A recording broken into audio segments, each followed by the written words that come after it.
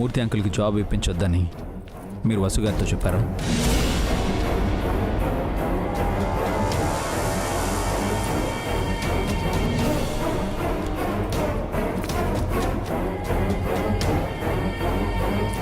ఆయన మన ఆఫీస్లో పనిచేయటం నీకు ఆయనకి మంచిది కాదు అనే ఉద్దేశంతో చెప్పానవి. ఆ విషయం వసు నాతో చెప్పలేదమ్మా. అంకుల్కి జాబ్ ఇప్పించమని వసు గారు నన్ను అడగలేదు. అంకుల్ జాబ్ వెతుకుతూ నాకు కనిపిస్తే విషయం తెలుసుకుని నేనే అంకుల్కి జాబ్ ఇచ్చాను.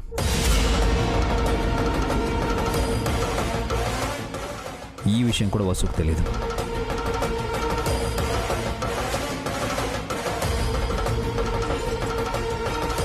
మీరు అనవసరంగా వసు గారిని అపార్థం చేసుకున్నారమ్మా.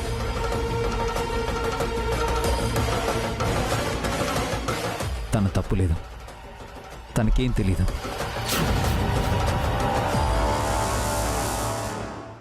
వసు గారు మూర్తి అంకుల్ కన్న కూతురు కాదు, కోడలు. సుశీల ఆంటీ, మూర్తి అంకుల్ మంచి మనసున్న మనుషులు. కోడల్నే కూతురు అనుకుని తమ సర్వస్వం ఇచ్చేసి నాతో పెళ్లి చేశారు.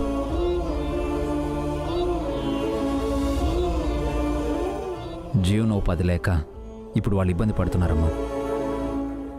వాళ్ళని ఆదుకోవాల్సిన బాధ్యత అల్లుడిగా నాకుంది.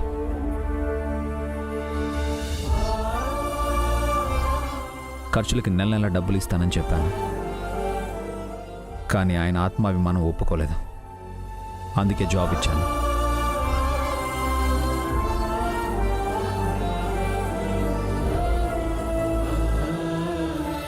సాటి మనిషి కష్టాల్లో ఉంటే ఊరికే చూస్తూ ఉండకుండా సాయం చేసి ఆదుకోవాలని చిన్నప్పటి నుంచి మీరు నాకు నేర్పించారు. ఇప్పుడు నేను అదే పని చేశాను. మరో చోట అంకుల్ పని చేయలేరనే మన ఆఫీసులో పని ఇచ్చాను. దీనికి వసు గారికి ఏ సంబంధం లేదు. దయచేసి తను అపార్థం చేసుకోవద్దు.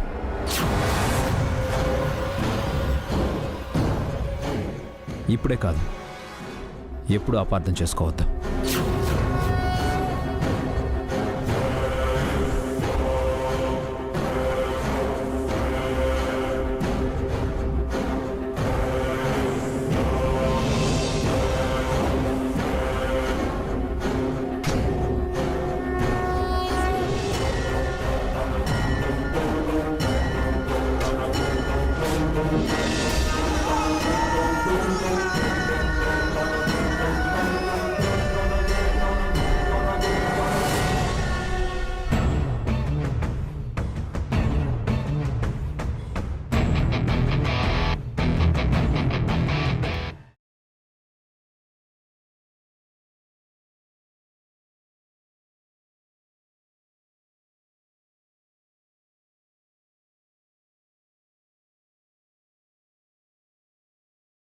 అత్తయ్య, అది నా కొడుక్కి నా మీద చాడీలు చెప్పి నా కొడుకుతోనే నన్ను తిట్టిస్తావా?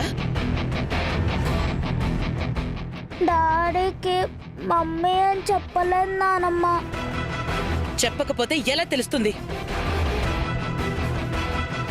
నేను బన్నీ మాట్లాడుకుంటుంటే ఆయన విన్నారు అత్తయ్య. మీ తల్లి కొడుకులు కలిసి మా తల్లి కొడుకుల మధ్య గొడవలు పెట్టాలనుకుంటున్నారా? లేదత్తయ్య.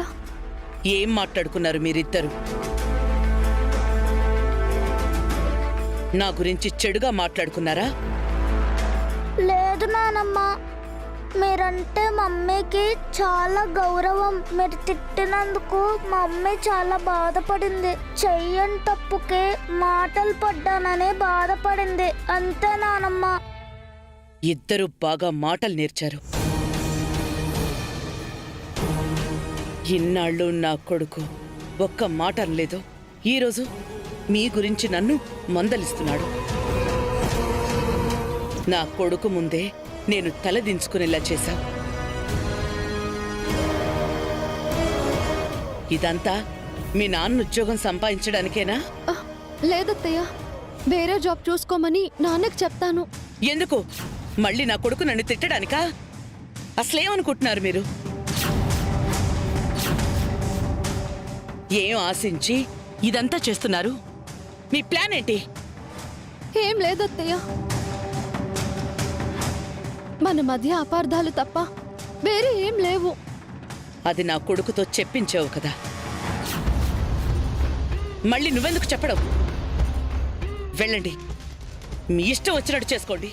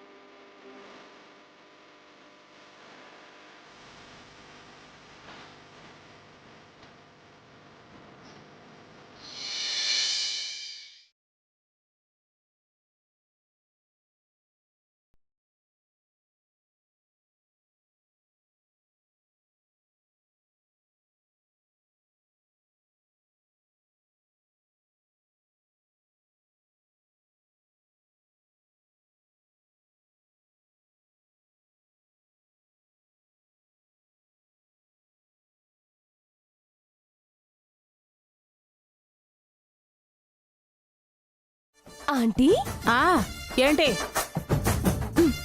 మిమ్మల్ని చీపురుతో కొట్టుకుంటున్నారేంటి? ఏం తప్పు చేశారు? చీపురుతో కొట్టుకోవట్లేదే, దిష్టి తీసుకుంటున్నాను. హా? మీకు దిష్టి ఏంటి? ఆ, అసలే అందగత్తెను. రోజుకి ఎంతమంది పాపిష్టి కళ్ళు పడుతున్నాయో. ఆ దిష్టి తగిలి నా గ్లామర్ తగ్గిపోతేను. ఓసిని వేషాలు, ఈ ముసలి వయసులో నీకు గ్లామర్ ఏంటి? ఈ ముసలి వయసులో నీకు గ్లామర్ ఏంటా అని అనుకుంటున్నావా? ఆ, ఆ, మీకెలా తెలుసు? ఆ? హ, నా అందం చూస్తే నీకు కుళ్ళే. ఆ? రేపు మాస్టర్ గారితో నాకు పెళ్ళయ్యాక ఇంకో కుళ్ళుకుంటావు. నైట్ పూట పగటి కళలు అవసరమా ఆంటీ? ఆ? పగటి కల కాదే, నా పెళ్లి కల. హ, నీ పెళ్ళి కలే. ఆ? అదేంటే? ఆ మాస్టర్ గారు తిరిగి వస్తారో రారో? అయ్యో అలా అనకే, ఆయన వస్తారని 1000 కళ్ళతో ఎదురు చూస్తున్నాను. అక్కడ వసు అక్క కూడా వాళ్ళ నాన్న కోసం వెయిట్ చేస్తుంది. అయ్యో, ఆ మూర్తి వస్తానన్నాడు కదా, ఆ విషయమే మర్చిపోయాను. పదవే, వెళ్ళి చూద్దాం. పద పద పద పద.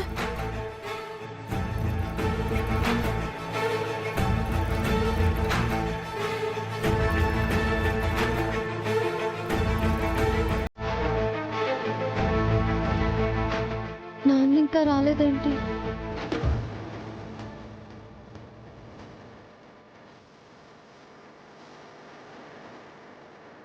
వాళ్ళ నాన్న రాగానే భోజనం పెడుతుంది కాబోలు. అందుకే వెయిట్ చేస్తుందంటీ. ఆ మూర్తిని ఈ పూటకు పస్తు పడుకోబెట్టాలి. వాడు కడుపు కోలాలి. ఎలా ఆంటీ? చెప్తానుండు.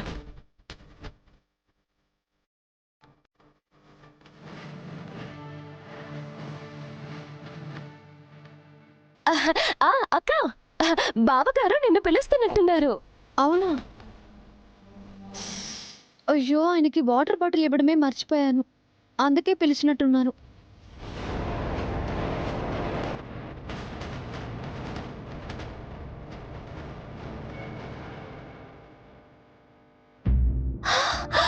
ఆంటీ, రండి రండి రండి. హారిక, ఆ, ఏమే హారిక, అఖిల్ వచ్చాడా? ఇంకా రాలేదా ఆంటీ? వాడికి భోజనం ఉందా? ఆయనకొక్కరికి సరిపోయేటట్టుంది. అయ్యో, అలా ఎలా కొలిచినట్టు వండావే? ఏమో, వసు అక్కే వండింది. సర్లే, అఖిల్ వస్తే వడ్డిద్దు గాని నువ్వు అలా పద.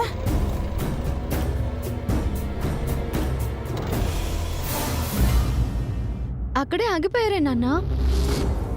చేతులు కడుక్కోండి, భోజనం వడ్డిస్తాను. భోజనం ఒక్కరికే ఉందన్నారు. నేను తింటే అఖిల్కి ఉండదు.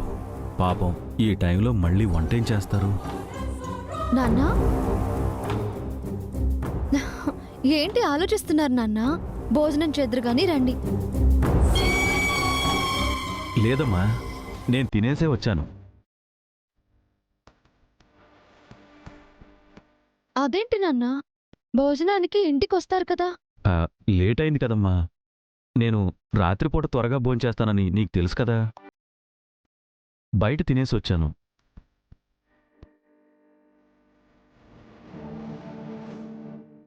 నువ్వు తిన్నావా అమ్మా?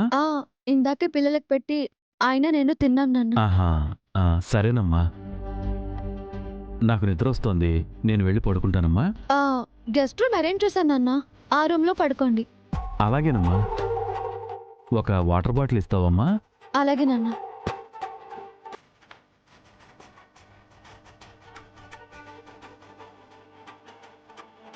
థ్యాంక్స్. గుడ్ నైట్ నాన్న. గుడ్ నైట్ అమ్మా.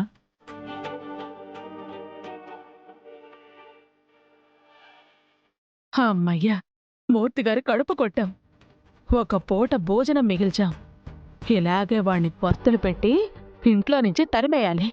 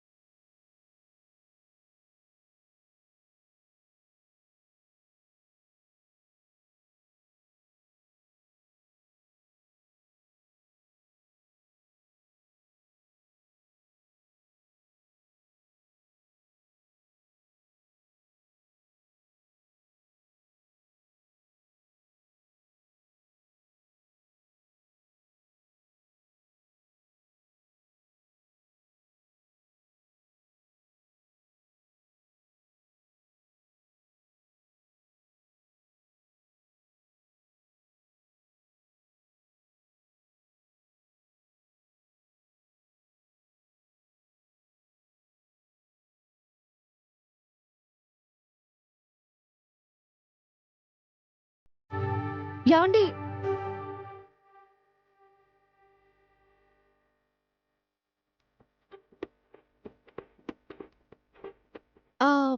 మా నాన్నని చూసారా? లేదండి. ఏ? నాన్న రూమ్లో లేరండి. నాతో చెప్పకుండా ఎటో వెళ్ళారు.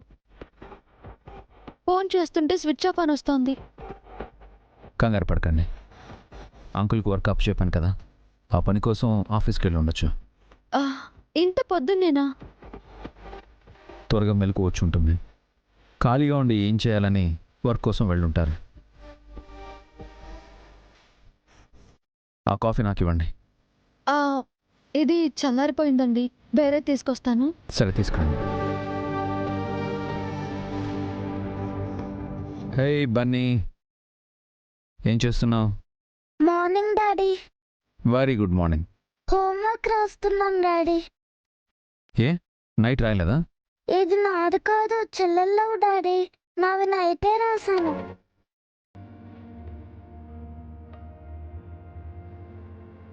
ఒకవేళ ఆయనకి జాబ్ ఇవ్వటం అత్తయ్యకి నచ్చలేదని నాన్నకి తెలిసిపోయిందా? తన వల్ల ఇంట్లో గొడవలు అవ్వకూడదని చెప్పకుండా వెళ్ళిపోయారా? ఏమైనా ఈ జాబ్ నాన్నకి ఇబ్బందిగా ఉంటుంది. ఆయన దగ్గర పని చేయకపోవడమే నాన్న క్షేమం.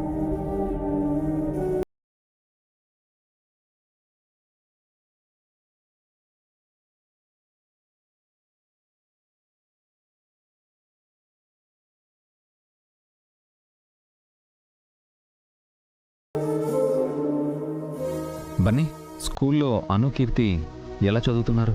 ఇప్పుడు బాగా చదువుతున్నారు డాడీ. మిస్సులందరూ చెల్లెల్ని వెరీ గుడ్ అని మెచ్చుకుంటున్నారు.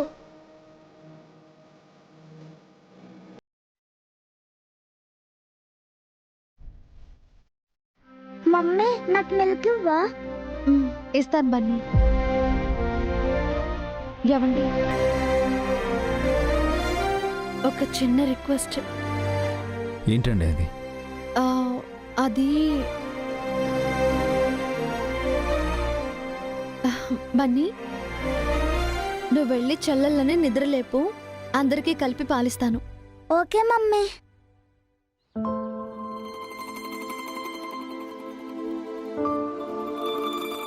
చెప్పండి. ఆ, మీరేమనుకోకపోతే ఆ, మా నాన్నకి వేరే ఆఫీస్లో జాబ్ ఇప్పిస్తారా? మన ఆఫీస్లో ఏమైందండి? ఆ, అంటే నాన్న ఇబ్బంది పడుతున్నారేమో, పైగా పదే పదే ఇంటికి రావాల్సి ఉంటుంది. ఆ, అందుకని మా అమ్మ ఏదైనా అంటుంది అని అనుకుంటున్నారా?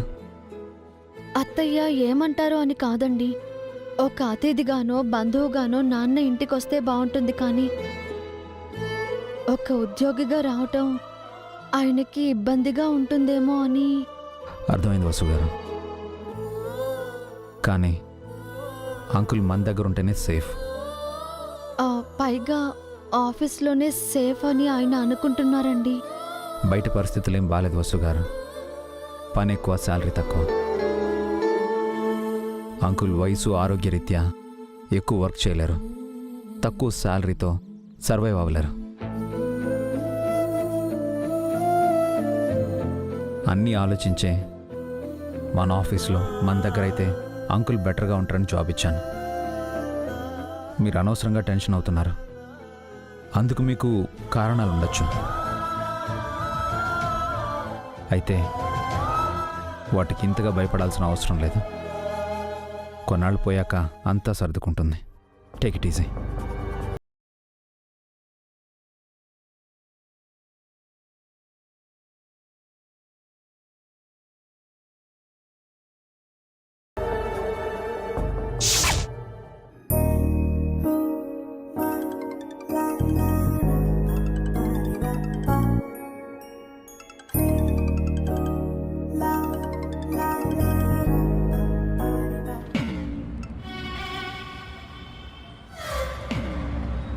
కాల్ చేయొద్దంటే చేస్తున్నాడేంటి?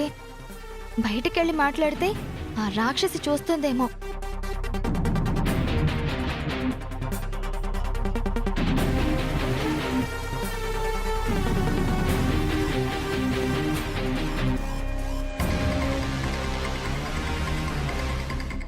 Hello Rahul, good morning baby.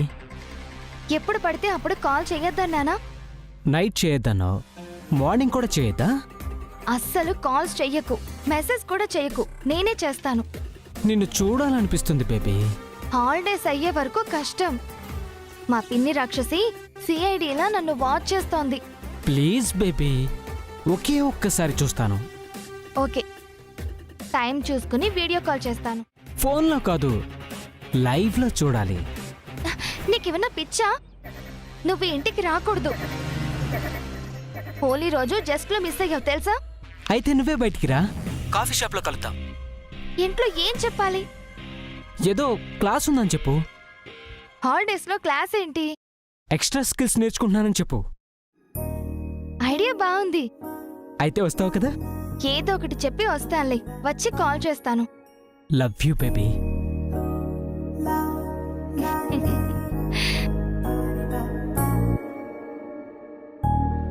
అవును, ఏ క్లాస్ అని చెప్పాలి?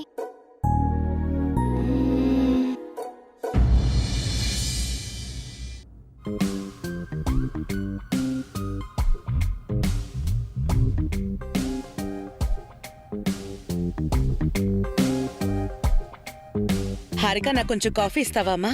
నేను తీసుకొస్తాను గ్రానీ. అబ్బో, నీ ముద్దల మనవరాలు కాఫీ ఇస్తుందట వదినా. ఖాళీగా ఉంటే బోర్ కొడుతుంది గ్రానీ. మా ఫ్రెండ్స్ అందరూ పెయింటింగ్ క్లాస్ కి వెళ్తున్నారు. నేను కూడా వెళ్తాను గ్రానీ, ప్లీజ్ గ్రానీ. సడన్ గా పెయింటింగ్ క్లాస్ అంటుందేంటి? ఆ వంకతో బయటకు వెళ్ళి బాయ్ ఫ్రెండ్ని కలవాలనా ఏంటి? ప్లీజ్ గ్రానీ, పెయింటింగ్ నేర్చుకుంటాను. Please granny, please please please. దానికి ఇంత ప్రతిమాలడం ఎందుకు? వెళ్ళు. Thank you granny. ఆ, వద్దత్తయ్య.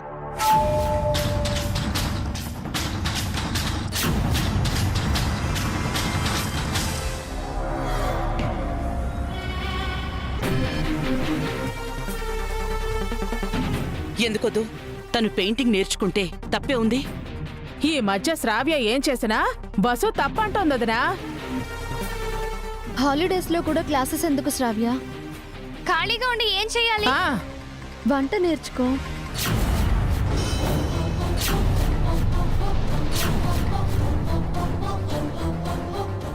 వాట్? ఆడపిల్లకి ఏం వచ్చినా రాకపోయినా వంట వార్పు రావాలి కదా. ఇంటిని చక్కదిద్దుకునే నేర్పు నేర్చుకోవాలి.